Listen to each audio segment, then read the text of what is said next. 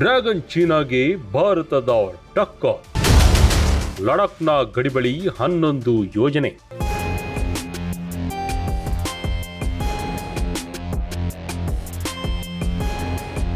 ವಿಜಯ ಕರ್ನಾಟಕ ವೀಕ್ಷಕರಿಗೆ ಸ್ವಾಗತ. ನಾನು ಶಂಕರ್ನ ಹೆತ್ತೂರ್. ಗಡಿಯಲ್ಲಿ ಸದಾ ಖ್ಯಾತಿ ತೆಗೆಯುವ ಚೀನಾಗೆ ಟಕ್ಕರ್ ಕೊಡಲು ಭಾರತ ಮುಂದಾಗಿದೆ. ಚೀನಾದೊಂದಿಗಿನ ವಾಸ್ತವಿಕ ನಿಯಂತ್ರಣ ರೇಖೆಯುದ್ದಕ್ಕೂ ತನ್ನ ಸಾಮರ್ಥ್ಯವನ್ನು ಹೆಚ್ಚಿಸಿಕೊಳ್ಳುವ ಕೆಲಸವನ್ನು ಭಾರತ ಮಾಡುತ್ತಿದೆ. ಇದಕ್ಕಾಗಿ 11 ನಿರ್ಣಾಯಕ ರಕ್ಷಣಾ ಯೋಜನೆಗಳಿಗೆ ಪ್ರಧಾನಿ ಮೋದಿ ನೇತೃತ್ವದ ಕೇಂದ್ರ ಸರ್ಕಾರ ಅನುಮೋದನೆ ನೀಡಿದೆ. ಇದರೊಂದಿಗೆ ಗಲ್ವಾನ್ ಸಂಘರ್ಷದ ಬಳಿಕ ಲಡಾಖ್ನಲ್ಲಿ ಆಧುನಿಕಗೊಳ್ಳುತ್ತಿರುವ ಭಾರತದ ಮಿಲಿಟರಿ ಶಕ್ತಿಗೆ ಮತ್ತಷ್ಟು ವೇಗ ಸಿಕ್ಕಿದೆ. ಹೈ ಆಲ್ಟಿಟ್ಯೂಡ್ ಪ್ರದೇಶದಲ್ಲಿ ಟೆಲಿಕಾಂ ನೆಟ್ವರ್ಕ್, ಸಶಸ್ತ್ರಗಳ ಸಂಗ್ರಹ ಸಾಮರ್ಥ್ಯ ಸೇರಿ ಹಲವು ಕಾಮಗಾರಿಗಳನ್ನು ನಡೆಸಲು ಭಾರತ ಮುಂದಾಗಿದೆ. ಇದು ಚೀನಾದ ಪ್ಲಾನ್ಗಳನ್ನು ಉಲ್ಟಪಲ್ಟ ಮಾಡಿದ್ದು ಭಾರತದ ಪ್ರತಿರೋಧದಿಂದ ಡ್ರ್ಯಾಗನ್ ರಾಷ್ಟ್ರ ಶಾಕ್ಗೆ ಒಳಗಾಗಿದೆ.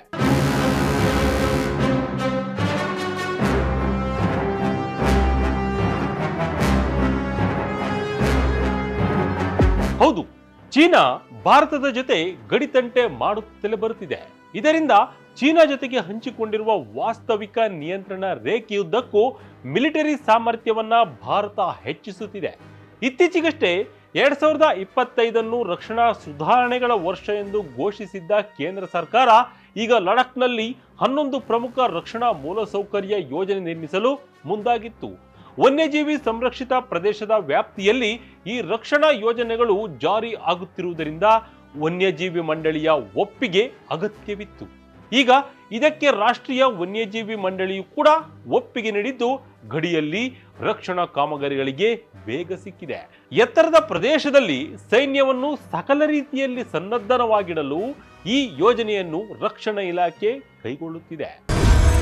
ಗಲ್ವಾನ್ ಸಂಘರ್ಷದ ಬಳಿಕ ಬದಲಾದ ಇಂಡಿಯಾ. ಶತ್ರುಗಳ ಬೆದರಿಕೆ ಎದುರಿಸಲು ಸರ್ವ ಸನ್ನದ್ಧ ಸೇನೆ. 2020ರಲ್ಲಿ ಚೀನಾ ಸೈನಿಕರ ಜೊತೆ ಗಲ್ವಾನ್ ಸಂಘರ್ಷದ ಬಳಿಕ ಗಡಿಯಲ್ಲಿ ಉದ್ವಿಗ್ನತೆ ಹೆಚ್ಚಿದೆ.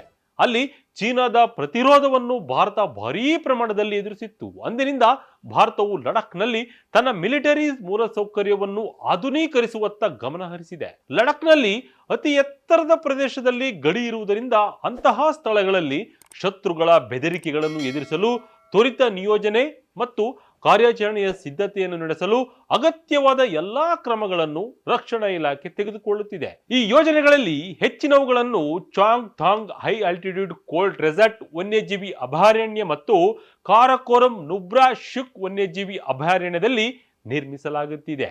ಈ 2 ಅಭಯಾರಣ್ಯಗಳು ವಿಶಿಷ್ಟ ಪರಿಸರ ವ್ಯವಸ್ಥೆಗಳಿಗೆ ಹೆಸರುವಾಸಿಯಾಗಿದ್ದು ಈ ಪ್ರದೇಶದಲ್ಲಿ ಸೈನ್ಯದ ಉಪಸ್ಥಿತಿಯನ್ನು ಕಾಪಾಡಿಕೊಳ್ಳುವುದು ಪ್ರಮುಖವಾಗಿದೆ. ಯಾವೆಲ್ಲ ಯೋಜನೆಗಳಿಗೆ ಒಪ್ಪಿಗೆ? ಲಡಾಖ್ನಲ್ಲಿ ಯಾವೆಲ್ಲ ಯೋಜನೆಗಳಿಗೆ ಅನುಮೋದನೆ ಸಿಕ್ಕಿದೆ ಎಂಬುದನ್ನು ಗಮನಿಸುವುದಾದರೆ, ಇನ್ಫ್ಯಾಂಟ್ರಿ ಬೆಟಾಲಿಯನ್ ಶಿಬಿರಗಳು ಹಾಗೂ ಪಿರಂಗಿ ರೆಜಿಮೆಂಟ್ ಪೋಸ್ಟ್ಗಳನ್ನು ಸ್ಥಾಪಿಸುವುದು. ಇದರಿಂದ ಅತಿ ಎತ್ತರದ ಪ್ರದೇಶದಲ್ಲಿಯೇ ಯೋಧರ ಲಭ್ಯತೆ ಯಾವಾಗಲೂ ಸಿಗುತ್ತಿದೆ. ಆರ್ಮಿ ಸಿಗ್ನಲ್ಸ್ ಕಾರ್ಪ್ ಅಡಿಯಲ್ಲಿ ಮೊಬೈಲ್ ನೆಟ್ವರ್ಕ್ ಟವರ್ಗಳನ್ನು ಸ್ಥಾಪಿಸುವುದರಿಂದ ಸೇನೆಯ ನಡುವೆ ಸಂವಹನ ಉತ್ತಮವಾಗಲಿದೆ. ಇನ್ನು ಮದ್ದುಗುಂಡು ಸಂಗ್ರಹಗಾರರನ್ನು ಸ್ಥಾಪಿಸುವುದರಿಂದ ಅಗತ್ಯ ಬಿದ್ದಾಗ ಸಶಸ್ತ್ರಗಳನ್ನು ಬಳಸಿಕೊಳ್ಳಲು ಅನುಕೂಲವಾಗುತ್ತದೆ. ಆಪರೇಷನ್ಗಾಗಿ ಸಂಚಾರ ನಿಯಂತ್ರಣ ಪೋಸ್ಟ್ಗಳು ಮತ್ತು ದೋಣಿ ಶೆಡ್ ಪ್ರದೇಶಗಳನ್ನು ನಿರ್ಮಿಸುವುದು ಪ್ರಮುಖವಾಗಿದೆ. ಇದರೊಂದಿಗೆ ಹ್ಯಾನ್ಗೆ ಗ್ರಾಮದಲ್ಲಿ ಪರಿಸರ ಪರಿಣಾಮಗಳನ್ನು ನಿಯಂತ್ರಿಸಲು ತ್ಯಾಜ್ಯ ವಿಲೇವಾರಿ ಮತ್ತು ಸಂಸ್ಕರಣಾ ಘಟಕಗಳನ್ನು ಸ್ಥಾಪಿಸುವ ಯೋಜನೆಗಳನ್ನು ಈಗ ರಕ್ಷಣಾ ಇಲಾಖೆ ಕೈಗೆತ್ತಿಕೊಳ್ಳುತ್ತಿದೆ. ಇದರೊಂದಿಗೆ ಹಲವು ಯೋಜನೆಗಳನ್ನು ಈ ಕಾಮಗಾರಿ ಪ್ಯಾಕೇಜ್ನಲ್ಲಿ ಸೇರಿಸಿವೆ. ಲಡಾಖ್ನ ಕಠಿಣ ಪ್ರದೇಶಗಳಲ್ಲಿ ಅಭಿವೃದ್ಧಿ. ಸೈನಿಕರಿಗೆ ಭಾರೀ ಅನುಕೂಲ. ಆಪರೇಷನ್ ಸುಲಭ. 2020ರಲ್ಲಿ ನಡೆದ ಗಲ್ವಾನ್ ಕಣಿವೆಯ ಘರ್ಷಣೆ ಬಳಿಕ ಗಡಿಯಲ್ಲಿ ರಕ್ಷಣಾ ಇಲಾಖೆ ಹಾಗೂ ಕೇಂದ್ರ ಸರ್ಕಾರ ಬಹಳಷ್ಟು ಬದಲಾವಣೆಗಳನ್ನು ತೆಗೆದುಕೊಂಡು ಬರುತ್ತಿದೆ. ಸೈನಿಕರ ದಕ್ಷತೆ ಮತ್ತು ಸುರಕ್ಷತೆಗಾಗಿ ಬಲವಾದ ಮೂಲಸೌಕರ್ಯ ಬೇಕು ಎಂಬುದನ್ನ ಗಲ್ವಾನ್ ಘರ್ಷಣೆ ಒತ್ತಿ ಹೇಳಿತ್ತು. ಅಂದಿನಿಂದ ಸೇನೆಯ ಸರಬರಾಜು ಮಾರ್ಗಗಳನ್ನು ಸುಧಾರಿಸುವುದು, ಆಧುನಿಕ ಸಂವಹನ ಜಾಲಗಳ ಅನುಷ್ಠಾನ ಹಾಗೂ ಫಾರ್ವರ್ಡ್ ಪೋಸ್ಟ್ಗಳ ಬಳಿ ಸಶಸ್ತ್ರಗಳ ಸಂಗ್ರಹಣೆ ಹೆಚ್ಚಿಸುವ ಕೆಲಸವನ್ನು ಮಾಡುತ್ತಿದೆ. ಮೊಬೈಲ್ ಟವರ್ಗಳ ಸ್ಥಾಪನೆ ಹಾಗೂ ಬೆಟಾಲಿಯನ್ ಕ್ಯಾಂಪ್ಗಳ ರಚನೆಯಿಂದ ಲಡಾಖ್ನ ಕಠಿಣ ಭೂಪ್ರದೇಶದಲ್ಲಿ ಉತ್ತಮ ಸಂಪರ್ಕ ಸಿಗಲಿದ್ದು ಆಪರೇಷನ್ ಕೂಡ ಸುಲಭ ಆಗಲಿದೆ. ಯುದ್ಧ ಸಾಮಗ್ರಿ ಸಂಗ್ರಹ ಸೌಲಭ್ಯಗಳ ನಿರ್ಮಾಣದಿಂದ ಗಡಿಯಲ್ಲಿ ಯಾವುದೇ ಕ್ಷಣದಲ್ಲಿ ಉದ್ವಿಗ್ನತೆ ಉಂಟಾದರೆ ಅದನ್ನು ನಿರ್ವಹಿಸಲು ಸೇನೆಗೆ ಹೆಚ್ಚಿನ ಆಯ್ಕೆಗಳನ್ನು ಕೂಡ ನೀಡುತ್ತದೆ. ರಾಷ್ಟ್ರೀಯ ಭದ್ರತೆ ಜೊತೆ ವನ್ಯಜೀವಿಗಳ ರಕ್ಷಣೆ. ರಕ್ಷಣಾ ಇಲಾಖೆಗೆ ಷರತ್ತು ವಿಧಿಸಿರುವ ಮಂಡಳಿ. ಇನ್ನು ಈ ಯೋಜನೆಗಳು ರಾಷ್ಟ್ರೀಯ ಭದ್ರತೆಗೆ ಅಗತ್ಯವಾಗಿದ್ದರೂ ಕೂಡ ಅಭಿವೃದ್ಧಿ ಮತ್ತು ವನ್ಯಜೀವಿ ಸಂರಕ್ಷಣೆಯಲ್ಲಿ ಸಮತೋಲನ ಕಾಪಾಡಿಕೊಳ್ಳಬೇಕಿದೆ. ಈ ಯೋಜನೆಗಳಿಂದ ಪರಿಸರ ಮೇಲಾಗುವ ಪರಿಣಾಮಗಳನ್ನು ಕಡಿಮೆ ಮಾಡಲು ರಾಷ್ಟ್ರೀಯ ವನ್ಯಜೀವಿ ಮಂಡಳಿ ಹಲವು ಷರತ್ತುಗಳನ್ನು ವಿಧಿಸಿದೆ. ಹಿಮಚಿರತೆಗಳು, ಟಿಬೆಟಿಯನ್ ಜಿಂಕೆಗಳು ಮತ್ತು ವಲಸೆ ಪಕ್ಷಿ ಪ್ರಭೇದಗಳಂತಹ ಈ ಪ್ರದೇಶದ ಅಪರೂಪದ ವನ್ಯಜೀವಿಗಳನ್ನು ರಕ್ಷಿಸುವ ಕ್ರಮಗಳು ಇದರಲ್ಲಿ ಇವೆ. ಅದಲ್ಲದೆ ರಕ್ಷಣಾ ಸಚಿವಾಲಯವು ತ್ಯಾಜ್ಯ ನಿರ್ವಹಣೆ ಮತ್ತು ಆವಾಸಸ್ಥಾನ ಸಂರಕ್ಷಣಾ ಪ್ರೋಟೋಕಾಲ್ಗಳನ್ನು ಪಾಲಿಸುತ್ತೇವೆ ಎಂದು ವನ್ಯಜೀವಿ ಮಂಡಳಿಗೆ ಭರವಸೆ ನೀಡಿದೆ. ಇದರೊಂದಿಗೆ ವನ್ಯಜೀವಿಗಳ ಯಾವುದೇ ತೊಂದರೆ ಆಗದಂತೆ ರಕ್ಷಣಾ ಅಭಿವೃದ್ಧಿ ಕಾರ್ಯಗಳನ್ನು ಕೇಂದ್ರ ಕೈಗೆತ್ತಿಕೊಳ್ಳುತ್ತಿದೆ. ಈ ಬೆಳವಣಿಗೆಗಳು ಚೀನಾವನ್ನ ಕಂಗೆಡಿಸಿವೆ. ದೇಶದ ರಕ್ಷಣಾ ನಿಲುವಿನಲ್ಲಿ ಭಾರೀ ಬದಲಾವಣೆ. ದೀರ್ಘಕಾಲದ ಬೆದರಿಕೆಗೆ ರೆಡಿಯಾಗುತ್ತಿದೆ ಭಾರತ. ಲಡಾಖ್ನಲ್ಲಿ ಸೇನೆ ತೆಗೆದುಕೊಳ್ಳುತ್ತಿರುವ ನಿರ್ಧಾರಗಳು ದೇಶದ ರಕ್ಷಣಾ ನಿಲುವಲ್ಲಿ ವಿಶಾಲ ಬದಲಾವಣೆಗಳು ಆಗುತ್ತಿರುವುದನ್ನು ಸೂಚಿಸುತ್ತದೆ. ಸೂಕ್ಷ್ಮ ಗಡಿ ಪ್ರದೇಶಗಳಲ್ಲಿ ಮೂಲಸೌಕರ್ಯ ಅಭಿವೃದ್ಧಿ ಮತ್ತು ಆಧುನೀಕರಣಕ್ಕೆ ಆದ್ಯತೆ ನೀಡುವ ಮೂಲಕ ಭಾರತ ಕೇವಲ ತಕ್ಷಣದ ಬೆದರಿಕೆಗಳನ್ನು ಎದುರಿಸಲು ಸಿದ್ಧವಾಗುತ್ತಿಲ್ಲ, ಜೊತೆಗೆ ದೀರ್ಘಕಾಲೀನ ಕಾರ್ಯತಂತ್ರದ ಸವಾಲುಗಳಿಗೂ ತಯಾರಿಯನ್ನು ನಡೆಸುತ್ತಿದೆ. ಈ 11 ಯೋಜನೆಗಳು ರಕ್ಷಣಾ ಇಲಾಖೆಯ ರಾಷ್ಟ್ರೀಯ ಭದ್ರತೆ ಮತ್ತು ಪರಿಸರದ ಬದ್ಧತೆಯನ್ನು ಪ್ರತಿನಿಧಿಸುತ್ತವೆ. ಅದಲ್ಲದೆ ಲಡಾಖ್ನ ವಿಶಿಷ್ಟ ಪರಿಸರ ವ್ಯವಸ್ಥೆಯನ್ನು ಸಂರಕ್ಷಿಸುವಾಗ ಸೈನ್ಯವು ಉತ್ತಮವಾಗಿ ಸಿದ್ಧವಿರಬೇಕು ಎಂಬುದನ್ನು ರಕ್ಷಣಾ ಇಲಾಖೆ ಖಚಿತಪಡಿಸಿಕೊಳ್ಳುತ್ತಿದೆ.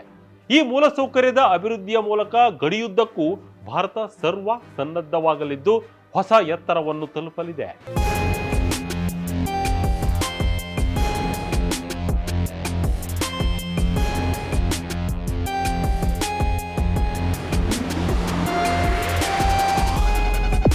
ಒಟ್ಟಿನಲ್ಲಿ ಚೀನಾ ವಿರುದ್ಧ ತೊಡೆತಟ್ಟಲು ಭಾರತ ರೆಡಿಯಾಗಿದ್ದು, ಲಡಾಖ್ ಸೇರಿ ಚೀನಾದ ಗಡಿಯುದ್ದಕ್ಕೂ ತನ್ನ ಮಿಲಿಟರಿ ಸಾಮರ್ಥ್ಯವನ್ನ ಹೆಚ್ಚಿಸಿಕೊಳ್ಳಲು ಮುಂದಾಗಿದೆ. ಗಡಿಯಲ್ಲಿನ ಅತಿ ಎತ್ತರದ ಪ್ರದೇಶಗಳಲ್ಲಿ ಸೇನೆಯ ಇರುವಿಕೆಯನ್ನು ಖಚಿತಪಡಿಸಿಕೊಳ್ಳುವುದರೊಂದಿಗೆ ಚೀನಾಗೆ ಟಕ್ಕರ್ ನೀಡಲು ರಕ್ಷಣಾ ಇಲಾಖೆ ಪ್ರಯತ್ನಿಸುತ್ತಿದೆ.